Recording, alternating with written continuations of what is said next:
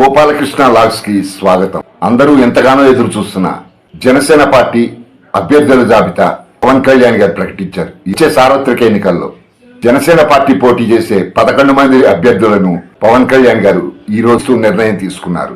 సార్వత్రిక ఎన్నికల్లో Janasena party MLA అభ్యర్థుల కింద 11 మందిని ఖరారు చేస్తూ జనసేన అధినేత శ్రీ పవన్ కళ్యాణ్ గారు నిర్ణయం తీసుకున్నారు. దానిలో మొదటి విడతగా 5గురిని, తర్వాత 2 అభ్యర్థుల్ని ప్రకటించిన విషయం అందరికీ తెలిసిందే. ఇవాళ 11 మంది అభ్యర్థులతో కలిపి ఇప్పటి వరకు 18 మంది అసెంబ్లీ అభ్యర్థులను ప్రకటించినట్లు మనం చూస్తున్నాం.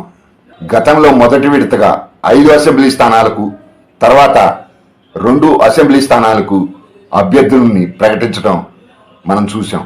ఇప్పుడు మొత్తం ఈరోజు ప్రకటించిన 11 స్థానాలతో కలిపి 18 మంది అసెంబ్లీ అభ్యర్థులను ప్రకటించింది జనసేన పార్టీ. అవినిగడ్డ, పాలకొండ, విశాఖ దక్షిణం ఈ 3 స్థానాలను ఇంకా ప్రకటించవలసి ఉంది.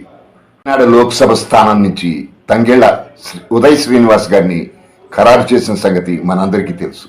ఇప్పటి వరకు 18 అసెంబ్లీ స్థానాలకు జనసేన పార్టీ అభ్యర్థిని ఖరారు చేసింది. పిఠాపురం నుంచి శ్రీ పవన్ కళ్యాణ్ గారు, నెల్లిమర్ల అసెంబ్లీ నుంచి శ్రీమతి లోకం మాధవి గారు, అనకాపల్లి నుంచి శ్రీ కొనతల రామకృష్ణ గారు, కాకినాడ రూరల్ శ్రీ పంతం నానాజీ గారు, రాజానగరం శ్రీ బత్తుల బలరామకృష్ణ, తెనాలి శ్రీ నాదెండ్ల మనోహర్ గారు, నిడదవోలు శ్రీ కందుల దుర్గేష్, పెందుర్తి శ్రీ పంచకల్ల రమేష్ బాబు గారు, రమంచిలి శ్రీ సుందరపు విజయ్ కుమార్, పి గన్నవరం శ్రీ పిడ్డి సత్యనారాయణ గారు, రాజోలు శ్రీ దేవి వరప్రసాద్ గారు, తాడేపల్లిగూడెం శ్రీ బొల్లిశెట్టి శ్రీనివాస్ గారు, భీమవరం శ్రీ పూలపర్తి ఆంజనేయులు గారు, నరసాపురం శ్రీ బొమ్మిడి నాయకర్ గారు, గుంటూరు శ్రీ ధర్మరాజు గారు, శ్రీ చిర్రి బాలరాజు గారు, తిరుపతి శ్రీ అరణి శ్రీనివాసులు గారు, కోడూరు శ్రీ యనమల భాస్కర్ రావు గారు.